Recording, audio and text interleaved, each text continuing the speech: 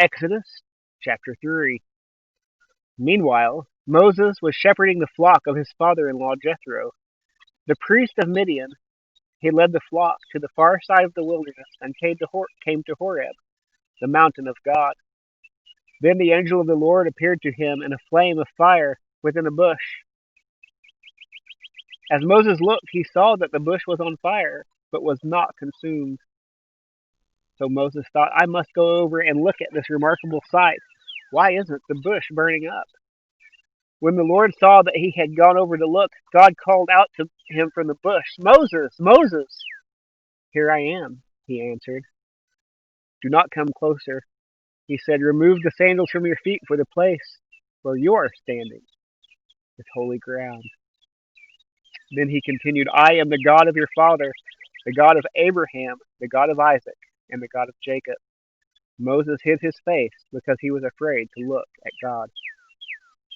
Then the Lord said, I have observed the misery of my people in Egypt, and have heard them crying out because of their oppressors. I know about their sufferings, and I have come down to rescue them from the power of the Egyptians, and to bring them from that land to a good and spacious land, a land flowing with milk and honey. The territory of the Canaanites, Hittites, Amorites, Perizzites, Hivites, and Jebusites. So because the Israelites' cry for help has come to me, and I have also seen the way the Egyptians are oppressing them, therefore go, I am sending you to Pharaoh, so that you may lead my people, the Israelites, out of Egypt. But Moses asked God, who am I that I should go to Pharaoh, and that I should bring the Israelites out of Egypt? He answered, I will certainly be with you. And this will be the sign to you that I am the one who sent you. When you bring the people out of Egypt, you will all worship God at this mountain. Then Moses asked God, if I go to the Israelites and say to them, the God of your fathers has sent me to you, and they ask me, what is his name? What should I tell them? God replied to Moses, I am who I am. This is what you are to say to the Israelites, I am has sent me to you. God also said to Moses, say this to the Israelites, the Lord, the God of your fathers, the God of Abraham, the God of Isaac, and the God of Jacob, has sent me to you. This is my name forever. This is how I am to be remembered in every generation. Go and assemble the elders of Israel and say to them, the Lord, the God of your fathers, the God of Abraham, Isaac, and Jacob, has appeared to me and said, I have paid close attention to you and to what has been done to you in Egypt.